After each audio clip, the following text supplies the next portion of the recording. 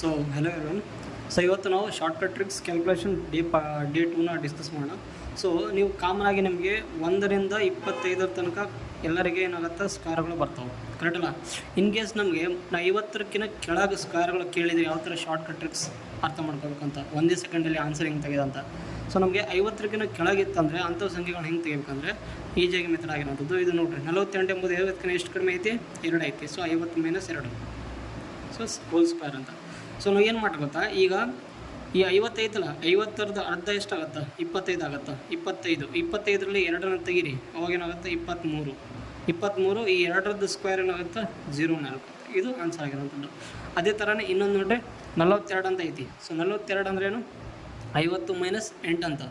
So ಇವೆಲ್ಲ ಸಂಖ್ಯೆಗಳೇನಂದರೆ 50ಕ್ಕಿಂತ ಕೆಳಗಿರುವಂಥದ್ದು ವರ್ಗಗಳನ್ನು ಕಂಡುಹಿಡುವಂಥದ್ದು. So 50 - 8 ಅಂತ, 50 - 8 ಅಂದರೆ 42 ಆಗುತ್ತೆ. 50ರಲ್ಲಿ ಅಂದರೆ ಈ 50ರದ ಅರ್ಧ ಎಷ್ಟಾಗುತ್ತೆ? 25 ಆಗುತ್ತೆ. 25ರಲ್ಲಿ 8ನ ಕಳೀರಿ. ಸೊ 25ರಲ್ಲಿ 8ನ ಕಳೆದ್ರೆ ಎಷ್ಟಾಗುತ್ತೆ? ನಮಗೆ 17 ಆಗುತ್ತೆ. ಮತ್ತು 8ರದ ಸ್ಕ್ವೇರ್ ಎಷ್ಟಾಗುತ್ತೆ? 64 ಆಗುತ್ತೆ. ಅಂದರೆ ಎಷ್ಟು? ನಿಮಗೆ 1764 ಆಗುತ್ತೆ. 25ರಲ್ಲಿ 8 ತೆಗೆದ್ರೆ ಓಕೆ, 17 ಕರೆಕ್ಟ್.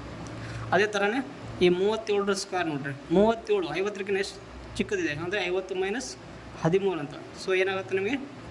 ಈ 50ಕ್ಕಿಂತ 37 ಅಷ್ಟು ಕಡಿಮೆ ಇದೆ, 13 ಕಡಿಮೆ ಇದೆ, ಟೋಟಲ್ 25. 50ರದ ಅರ್ಧ ಎಷ್ಟಾಗುತ್ತೆ? 25. 25 - 13, 25 - 13 ಎಷ್ಟಾಗುತ್ತೆ? 12 ಆಗುತ್ತೆ, ಕರೆಕ್ಟಲ್ಲ?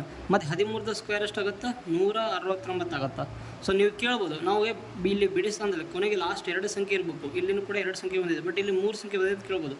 ಬಟ್ ನಾವು ಮಾಡಬೇಕು ಅಂದರೆ ಈ ಒಂದನ್ನು ಈ ಕಡೆ ಕೂಡಿಸ್ಕೋಬೇಕು, ಅವಾಗ ಏನಾಗುತ್ತೆ? ನಮಗೆ 1369 ಆಗುತ್ತೆ, ಕರೆಕ್ಟಲ್ಲ? ಸೊ ನಿಮ್ಗೊಂದು ಪ್ರಾಬ್ಲಮ್ನ ನಾನು ಹೋಮ್ವರ್ಕ್ ಕೊಡ್ತೀನಿ. ಸೊ ಇದನ್ನು ನೀವು ಕ್ಯಾಲ್ಕುಲೇಟ್ ಮಾಡಿ ಅದನ್ನು ಕಮೆಂಟ್ ಮಾಡಿ. ಸೊ ಅರ್ಥ ಆಗಿದೆ ಅಂತ ಅಂದ್ಕೊತೀನಿ. ಸೊ ಇದೇ ಥರ ನೀವು ಶಾರ್ಟ್ಕಟ್ ಟ್ರಿಕ್ಸ್ ಕ್ಯಾಲ್ಕುಲೇಷನ್ ಬಗ್ಗೆ ಕಲಿಬೇಕಂದ್ರೆ ನೀವು ನಮ್ಮ ಯೂಟ್ಯೂಬ್ ಚಾನಲ್ನ ಫಾಲೋ ಮಾಡಿ. So thank you very much.